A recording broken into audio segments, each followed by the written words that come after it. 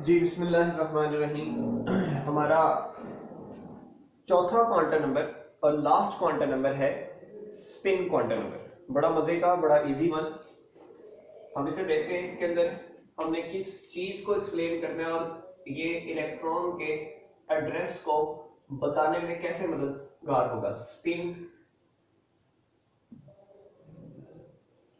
Quantum number ये क्या है, इसका ओरिजिन क्या है, कहां से ये बना है, कैसे हमने इसको लेकर चलना है, तो ये हमने सारी चीजें इसमें सीखनी है। स्पिन क्वांटम नंबर में बताने लगा हूं। तो पहले तो मैं इसे थोड़ा सा डिफाइन कर लेता हूं। The set of numerical values which explain the spin motion of electrons present in an orbital of atom is called spin quantum number. जी हाँ, स्पिन क्वांटम नंबर की डेफिनेशन हमने कर ली। क्या जो स्पिन मोशन या फिर इलेक्ट्रॉन, असल में तो इलेक्ट्रॉन को एक्सप्लेन करता है, तो इलेक्ट्रॉन की कौन सी चीज को एक्सप्लेन करता है? स्पिन मोशन को। तो स्पिन मोशन ऑफ इलेक्ट्रॉन, और इलेक्ट्रॉन किसमें होते हैं? ऑर्बिटल्स में। और ऑर्बिटल किसका हो? एटम का। तो मैं तीनों डेफिनेशनें रिपीट करना चाहता हूं। सबसे पहले आपने पढ़ा प्रिंसिपल क्वांटम नंबर, तो हम कहते हैं the set of numerical values which explain shells present in an atom. Azimuthal पढ़ा, subshells present in a shell of any atom. फिर मैग्नेटिक पढ़ा, मैग्नेटिक में orbitals present in the subshell of any atom. और आखिरी है spin quantum number, spin motion of electron present in an orbital of any atom. And atom पे जाके हमने करना होता है, रिलेट उससे पिछले से करना होता है। सही है, तो ये डेफिनेशंस आपने दिमाग में बिठा लेंगे। Then it is denoted by small S.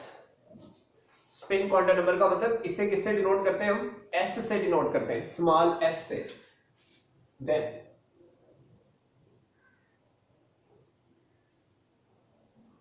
It's value can be positive and negative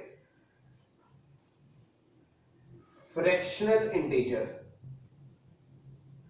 इसमें होती ही क्या है? फ्रैक्शनल। जो हम अभी तक खपते हैं कि नॉट फ्रैक्शनल, नॉट फ्रैक्शनल, इसमें प्लस में होगी और नेगेटिव में होगी और फ्रैक्शनल होगी। ठीक है, इसमें कभी होल इंटीजर हो ही नहीं सकेगा। ठीक है, तो हम कहते हैं it's value can't be zero और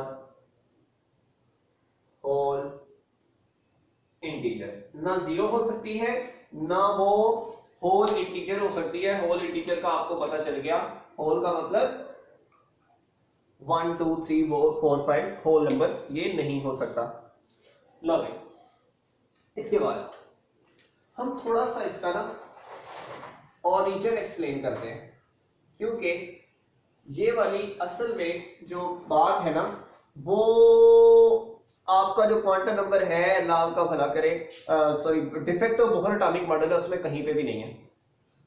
दूसरा डिफेक्ट था मल्टीपल स्ट्रक्चर, एजीमुथल ने उड़ा दिया। चौथा डिफेक्ट था आपका जीमैन और स्टार्क इफेक्ट, मैग्नेटिक ने उड़ा दिया। उसके बाद जो अगला डिफेक्ट है वो उधर नहीं था, वो इस पे ही हमने पढ़ना है और इस पे ही उसका सोल्यूशन निकालना है। वो कैसे है वो हमने अब समझना है। सही हो गया? तो जरा देखिएगा,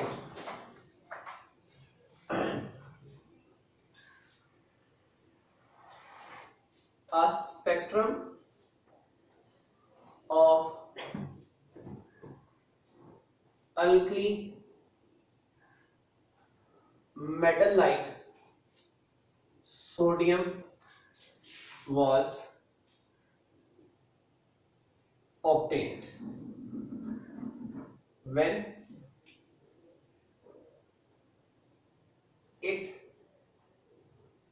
get de-excited,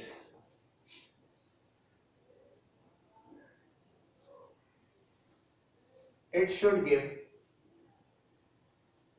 only one line because of having only one electron in valence shell. क्योंकि इसके वैलेंस शेल में सिर्फ एक इलेक्ट्रॉन होता है ना, तो इसे सिर्फ एक ही स्पेक्ट्रम देना चाहिए। जैसे सोडियम है ना 11, 2, 8 और 1, वैलेंस शेल में एक इलेक्ट्रॉन है, वो एक ही इलेक्ट्रॉन टापेगा, कूदेगा, छलांगेगा और वही वापस आएगा। इसके अलावा तो कोई नहीं ना होना चाहिए। और सोडियम का जो एक इलेक्ट्रॉन है उससे जो स्पेक्ट्रम है वो कितने बनने चाहिए? एक ही बनना चाहिए, एक के अलावा पॉसिबिलिटी नहीं नजर आ रही। लेकिन अगर एक से ज्यादा बने तो मसला है ना, तो इसने वही चीज को उजागर किया कि एक नहीं बनता, एक से बल्कि ज्यादा बन जाते हैं। कैसे? देखिए, when this spectrum was observed by means of high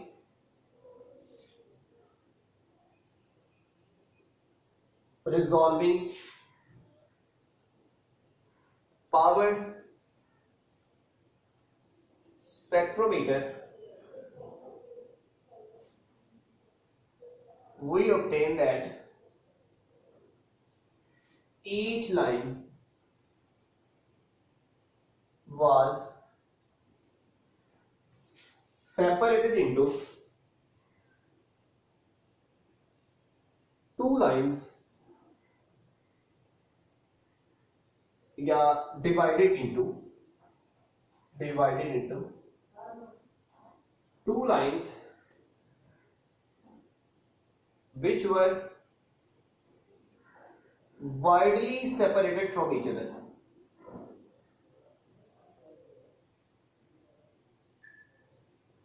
अब ये कहानी तो उसने बता दी कि जब हम एक लाइन जो ड्रा करते हैं ना, जब हमने जो स्पेक्ट्रोमीटर के साथ जरा हाई रिजॉल्विंग स्पेक्ट्रोमीटर के साथ देखी, तो जो हर लाइन थी, ईच लाइन थी, वो कितनी लाइनों में डिवाइड होगी? दो लाइनों में। लेकिन वो दोनों लाइनें क्या थी? वाइडली सेपरेटेड थी, एक दूसरे से बिल्कुल अलग थी।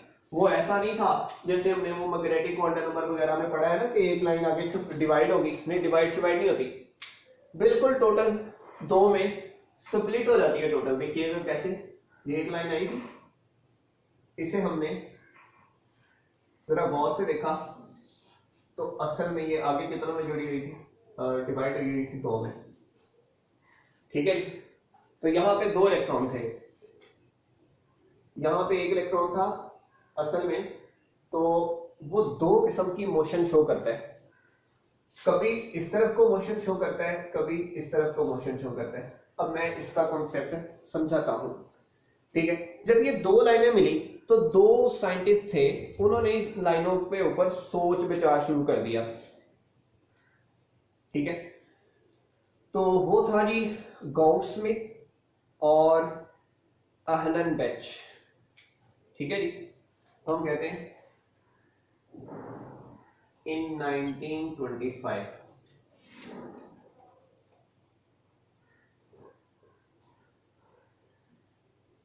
Goldsmith and Ahlan बेच, ये दो साइंटिस्ट थे जिन्होंने ये किया सारा काम। suggested that electrons present in an orbital have spin motion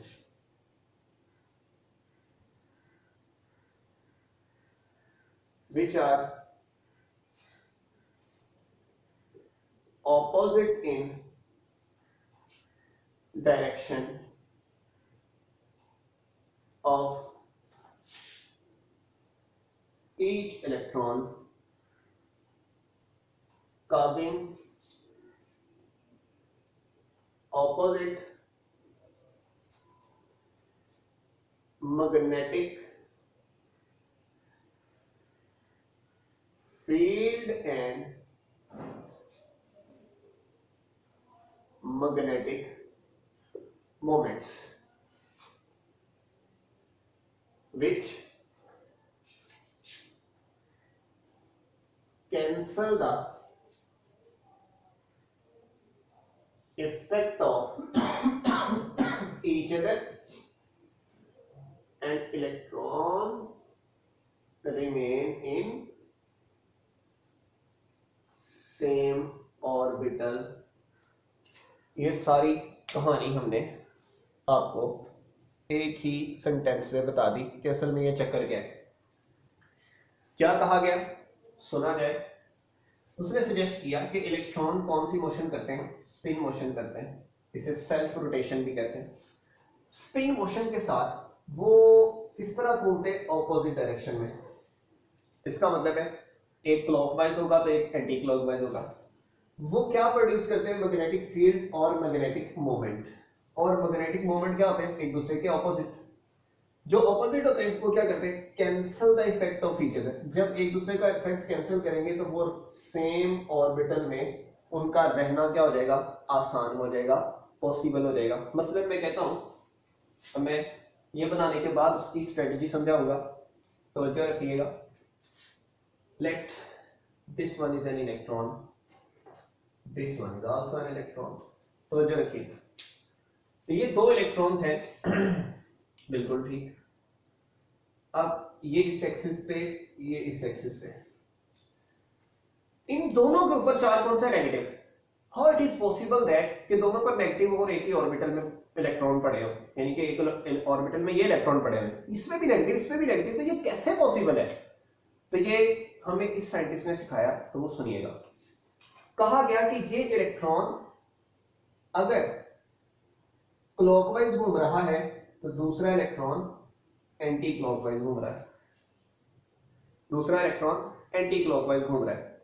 अगर मैं किसी चीज से इसे प्रेजेंट करना चाहूं तो जरा देखिएगा, मैं मतलब सिंपल सी जो है वो इसे डिस्क्रिप्शन देना चाहता हूं। ये क्लॉकवाइज या एंटी क्लॉकवाइज का चक्कर है, ये इधर को घूम रहा है और ये इधर को घूम रहा है, ठीक है। अब लेट्स सपोज दैट कि आप इसको देख सकते हैं, मैं इसकी डायरेक्शन में घुमाता हूं यूं, इस डायरेक्शन में, लेफ्ट साइड पे, ये देखो लेफ्ट साइड पे, लेफ्ट साइड पे। अब मैं इसे यूं नीचे से देखता हूं, लेफ्ट साइड पे, लेफ्ट साइड पे। अब ये इधर को घूम रहा है, अब इसे गौर से देखें, ये इधर को घूम रहा है, इधर को घूम रहा है। मुझे बताओ क्लॉक इधर को घूमता है, ये किधर को घूम रहा है, इधर को, तो इधर को मोशन क्या कहलाएगी, एंटी क्लॉकवाइज। तो इसे मैंने क्या कहा, ये क्या हुआ, एंटी क्लॉकवाइज मूव किया इसे, ठीक हो गया। एक बात होगी, दूसरी बात फिर से सुने।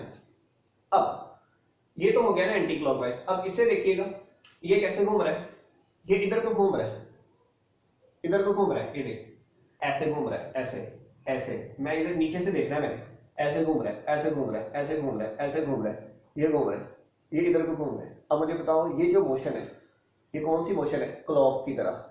इधर को कौन चलता है, क्लॉक। तो ऐसी मोशन को क्या कहते हैं, क्लॉकवाइज मोशन। इसको हम क्या कहते हैं, क्लॉकवाइज मोशन, ठीक है। अब इसे सुने, जो एंटी क्लॉकवाइज है उसे शो करते हैं +1/2 से, और जो क्लॉकवाइज है उसे शो करते हैं -1/2 में। कुछ बुक्स में इख्तिलाफात हैं, आप कहीं पे इधर -1/2 लिखा हुआ है, कहीं पे इधर नेगेटिव लिखा हुआ है, तो इसलिए ये आपने एज इट इज याद कर लेना है। एंटी क्लॉकवाइज पॉजिटिव होता है, क्लॉकवाइज क्या होता है, नेगेटिव होता है, ठीक है। क्लॉकवाइज क्या होता है, नेगेटिव होता है, सही हो गया। ये मैंने डिस्क्रिप्शन दे दी। इस डिस्क्रिप्शन को सिर्फ दिमाग में बिठाना है कि एक इलेक्ट्रॉन अगर क्लॉकवाइज है तो दूसरा का एंटी क्लॉकवाइज, इसके अलावा कुछ दिमाग में बिठाने की जरूरत है नहीं है कि वो कैमे जाएगा, किस तरह होगा, कैसे होगा, इतनी टेंशन लेने की जरूरत है नहीं है। ठीक है जी। अब एक क्लॉकवाइज ठहरा और दूसरा कैसे ठहरा, एंटी क्लॉकवाइज। ठीक है जी। अब लेट्स सपोज दैट इसका मैग्नेटिक मोमेंट, इसका नॉर्थ ऊपर बना, इसका साउथ फिर किधर बनेगा, नीचे। इसका नॉर्थ पोल नीचे बनेगा, साउथ पोल ऊपर बनेगा, क्योंकि याद रखना आपने, जब भी कोई चार्ज्ड पार्टिकल अपने सेंटर के गिर्द घूमता है तो वो क्या पैदा करता है, मैग्नेटिक फील्ड। जो आप राइट हैंड रूल यूज करते हैं ना फिजिक्स में कि इधर को आप जनाब इलेक्ट्रॉन जा रहे हैं तो इधर को मैग्नेटिक फील्ड क्रिएट, गलत बात है, इधर को नहीं क्रिएट होती। इलेक्ट्रॉन जाते भी हैं और साथ में स्पिन भी करते हैं। जब स्पिन करते हैं, स्पिन के दौरान क्या पैदा होती है, मैग्नेटिक फील्ड। ट्रांसलेटरी मोशन की वजह से कुछ क्रिएट नहीं होता, स्पिन मोशन की वजह से मैग्नेटिक फील्ड क्रिएट होती है। इस वजह से इलेक्ट्रॉन की मोशन की वजह से मैग्नेटिक फील्ड नहीं क्रिएट होनी, इलेक्ट्रॉन की स्पिन मोशन की वजह से होनी है। तो यहाँ पे एक अगर स्पिन मोशन हुई है तो नॉर्थ ऊपर बना, साउथ नीचे बना, तो दूसरा अगर एंटी क्लॉकवाइज उसके ऑपोजिट घूम रहा है तो नॉर्थ नीचे बनेगा और साउथ ऊपर बनेगा। तो हमेशा ये साउथ टू नॉर्थ होती है, इसका मैग्नेटिक मूवमेंट क्या होता है, साउथ टू नॉर्थ होता है, साउथ टू नॉर्थ होता है। ओके, अब जो मैग्नेटिक लाइंस ऑफ फोर्स है वो किस तरह बनानी है, वो जरा सुनिए। ये इधर से लाइंस निकल रही, इधर जा रही, ये मैग्नेटिक फील्ड है ना, वो आप कंपास के जरिए भी बनाते होते हो, आप 10th में भी एक्सपेरिमेंट कर चुके हैं इस तरह का। ऐसे ही magnetic lines of force north से निकल रही है, साउथ में जा रही है, नॉर्थ से निकल रही है, साउथ में जा रही है, तभी तो वो कंपास भी नॉर्थ टू साउथ स्टैंड करती है ना। ये देखो, नॉर्थ से निकालनी है और साउथ की तरफ जानी है। ठीक है, इधर नॉर्थ से निकलेंगी और साउथ को जाएंगे। अब देखो, इसकी लाइन ऑफ फोर्स ऊपर को जा रही है, इसकी लाइन ऑफ फोर्स नीचे को आ रही है, ये दोनों एक दूसरे को क्या कर रही है, कैंसल। जब एक दूसरे का इफेक्ट कैंसिल होगा तो ये वाला इसका इफेक्ट कैंसिल कर रहा है, इसके वाला इफेक्ट कैंसिल कर रहा है, तो बदले में क्या होगा, जरा गौर से सुनिएगा। क्या मैं कह सकता हूं, ये जो नॉर्थ है ये साउथ को खेल सकता है और ये जो साउथ है ये इस नॉर्थ को खेल सकता है, ये वाली फील्ड्स इसके इफेक्ट को कैंसिल कर रही हैं। तो magnetic movement bottom to top, क्योंकि ये जो मैग्नेटिक मूवमेंट है ना ये वेक्टर क्वांटिटी है, एक प्लस ए हो एक नेगेटिव ए हो, vector cancel the effect of each other, तो ये स्कूल से रहेंगे। तो ये दोनों ने एक दूसरे का क्या किया, इफेक्ट क्या कर दिया, कैंसिल आउट कर दिया। तो ये नॉर्थ साउथ को खींचेगा, साउथ नॉर्थ को खींचेगा, बजाय इलेक्ट्रॉन्स के रिपल्शन के वो वहां पे स्कूल में रहेंगे, कोई एक दूसरे से जाने की जरूरत, दूर जाने की जरूरत है नहीं है। वो हमने एक्सप्लेनेशन दे दी, क्योंकि एक क्लॉकवाइज है और एक क्या है, एंटी क्लॉकवाइज है। तो हमने कहा कि जो मैग्नेटिक मूवमेंट है उन्होंने एक दूसरे का इफेक्ट क्या कर दिया, कैंसिल कर दिया। ठीक है, तो हम कहते हैं अब यहां पे ये स्ट्रक्चर क्या बना। अब इस स्ट्रक्चर को जरा गौर से देखें, ये हमें आइडेंटिफाई कैसे हुआ, कैसे पता चला कि ये स्ट्रक्चर बनेगा। मैंने क्या किया, यहां पर ना मैग्नेटिक फील्ड लगा दी, यहां पर क्या लगा दी, मैग्नेटिक फील्ड लगा दी। अब मैग्नेटिक फील्ड की डायरेक्शन मैंने किधर को रखी है, बॉटम टू टॉप। किधर को रखी है, बॉटम टू टॉप। अब एक इलेक्ट्रॉन ऐसा है जिसका मैग्नेटिक मूवमेंट ऊपर को है, एक इलेक्ट्रॉन ऐसा है जिसका मैग्नेटिक मूवमेंट किधर होता है, डाउनवर्ड होता है। जो ऊपर वाला इलेक्ट्रॉन है वो इसके मैग्नेटिक मोमेंट के साथ ऐड हो जाएगा, क्योंकि इसका भी अपवर्ड इसका भी अपवर्ड, और जो ऑपोजिट मूव कर रहा है उसके ऑपोजिट मैग्नेटिक मोमेंट है वो इससे क्या हो जाएगा, कैंसिल होकर इलेक्ट्रॉन की पावर कम हो जाती है, वो नीचे आ जाता है, और एड अप होकर इलेक्ट्रॉन की पावर बढ़ जाती है तो वो किधर चला जाता है, ऊपर। इस वजह से ये एक इलेक्ट्रॉन जिसकी एनर्जी सेम होती है लेकिन आगे स्प्लिट किस में आ जाता है, दो में। आगे स्प्लिट किस में आ जाता है, दो में स्प्लिट हो जाता है। इसको हम लोग कहते हैं doublet line structure. Double line structure भी कहते हैं और इसे डबलेट लाइन स्ट्रक्चर भी कहते हैं। क्लियर हो गया। तो ये जो चीज मैंने बताई है ना कि widely separated from each other, ये असल में क्या था, मैंने बाद में एक्सप्लेन इसलिए किया ताकि पहले मैं कॉन्सेप्ट दे दूं। डबलेट लाइन स्ट्रक्चर था ये, असल में क्या था, डबलेट लाइन स्ट्रक्चर था। तो इसका मतलब है कि जब भी हम s को पढ़ेंगे तो s की जो हमारे पास वैल्यूज होंगी एक +1/2 हुआ करेगी और एक -1/2 हुआ करेगी, इसके अलावा इसकी कोई वैल्यू मुमकिन नहीं है। ठीक है, तो हम कहते हैं द ऑपोजिट स्पिन मोशन, एक क्लॉकवाइज और एक anti clockwise, is responsible for doublet line structure. ये डबलेट लाइन स्ट्रक्चर के लिए बेसिक रोल जो असल में तो अपना वजह बनता है वो ये वाली चीज बनती है, क्लॉकवाइज और एंटी क्लॉकवाइज मोशन बनती है। क्लियर? अब एक बात और मेरी सुन ले आखिर में, आप आज तक केमिस्ट्री पढ़ते हैं और आपसे हमेशा पूछा गया एटम बॉन्ड क्यों बनाता है, और आप क्या कहते हैं? टू गेट स्टेबल, स्टेबल होने के लिए। आज वजह सुन ले, एक इलेक्ट्रॉन है, लेट्स सपोज दैट ये मौजूद है, ये इलेक्ट्रॉन मौजूद है, इसका मैग्नेटिक मूवमेंट या अपवर्ड को होगा या डाउनवर्ड। क्यों? इसने या क्लॉकवाइज घूमना है या एंटी क्लॉकवाइज घूमना है, क्योंकि इसने टिकना तो है नहीं। एक तो वो सेंटर के गिर्द घूम रहा है, वो तो घूमेगा ही घूमेगा, वो आपस में अपने सेंटर के गिर्द भी घूम रहा है, उस वजह से मैग्नेटिक मूवमेंट क्रिएट होता है। अब वो मैग्नेटिक मूवमेंट क्रिएट कर रहा था लाइक अपवर्ड। अब अपवर्ड नॉर्थ है, नीचे साउथ है, ये नॉर्थ किसी के साउथ को बुलाएगा, ये साउथ किसी के नॉर्थ को बुलाएगा, ये क्या करेगा? उसे खींचेगा, अट्रैक्ट। हालांकि इलेक्ट्रॉन तो रिपेल करने चाहिए, लेकिन इलेक्ट्रॉन शेयरिंग क्यों करते हैं? ये पंगा सुन लें, ये नॉर्थ ये साउथ अभी तक कैंसिल नहीं हुआ, ये दूसरे को कहेगा, इसके साउथ को खींचेगा, ये साउथ को खींचेगा और ये नॉर्थ को खींचेगा। जब दूसरा इलेक्ट्रॉन इसके साथ आके पेयर बना देगा, इसका मैग्नेटिक मूवमेंट अपवर्ड, इसका मैग्नेटिक मूवमेंट डाउनवर्ड, दोनों एक दूसरे को कैंसिल करेंगे, अब हो गए स्टेबलाइज। जब तक इसका मैग्नेटिक मूवमेंट कैंसिल करने वाला दूसरा इलेक्ट्रॉन नहीं आएगा, एटम स्टेबल नहीं होगा। क्लियर? तो मैग्नेटिक मूवमेंट कैंसिल करने के लिए हर एटम बॉन्ड बनाता है, तो मैग्नेटिक मूवमेंट कैंसिल जब होगा तो बॉन्ड अपना एटम क्या हो जाएगा? स्टेबल। तो उसे हम अल्टीमेटली कहते हैं टू गेट स्टेबिलिटी। अल्टीमेटली क्या कहते होते हैं? टू गेट स्टेबिलिटी या टू गेट स्टेबल। क्लियर हो बात? तो यहां तक हमारा स्पिन क्वांटम नंबर का कॉन्सेप्ट क्लियर हुआ। तो कोई भी अगर मसला मसाइल हो तो आप लोग हमसे पूछ सकते हैं। Thank you very much. Allah हाफिज। आपके सारे क्वांटम नंबर कंप्लीट हो गए। Love you all.